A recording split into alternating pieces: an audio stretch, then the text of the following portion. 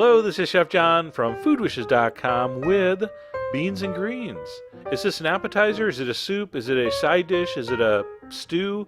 Who knows? It's all the above. It is incredibly delicious. When I think comfort eat, homey, rustic, home-cooked Italian food, this is what I think of. This is one of the things I think of. I think of about, 40 things. But this is one of them, and this is the green we're going to use. It's called escarole, a really flavorful green. Beautiful for braising in a dish like this. It's also used in salads. All right, it's tender enough to be eaten raw. In fact, you may have seen a peach or will see a peach salad I do with it. But anyway, we're going to slice that up in about, half-inch, inch ribbons. Wash it, drain it, spin it dry, and reserve. I'm also going to slice some garlic, whole garlic cloves, sliced thin, just like that. All right, I don't want to crush it or chop it. You get a different, stronger flavor that way. All right, so sliced into a couple tablespoons of olive oil over medium heat in a saucepan.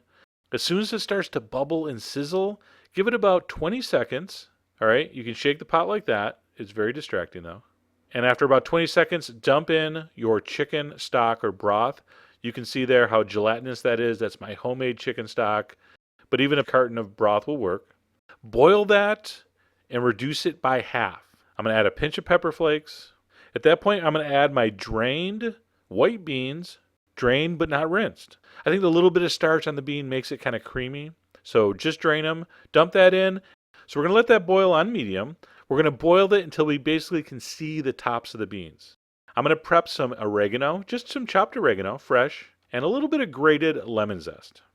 We just want that to reduce so you can sort of see the tops of the beans just underneath the surface. And that's what we're looking for. To that, we're going to add one whole anchovy fillet. That's right, they call that Italian MSG. That's going to give this most of the salt it needs. Also great underlying savory flavor. Nobody will know there's anchovy in it, relax. All right, it'll be our secret. All right, let's add in our lemon zest and our oregano, and that is looking amazing. I'm going to simmer that for about 3 minutes, and I'm going to add my escarole. Turn your heat to low, and just slowly stir and fold it in. Escarole cooks pretty quick. All right, it's going to wilt. It's going to get sweeter. Not going to get sweet, but it's definitely going to get sweeter.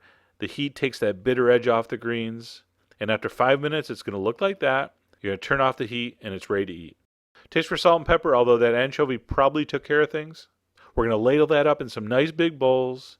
And then you know me, I'm going to have to dress things up a little bit here. So a little extra fresh oregano, little bit of fresh ground black pepper, a little smidgen more red pepper flake, and then the expensive extra virgin olive oil.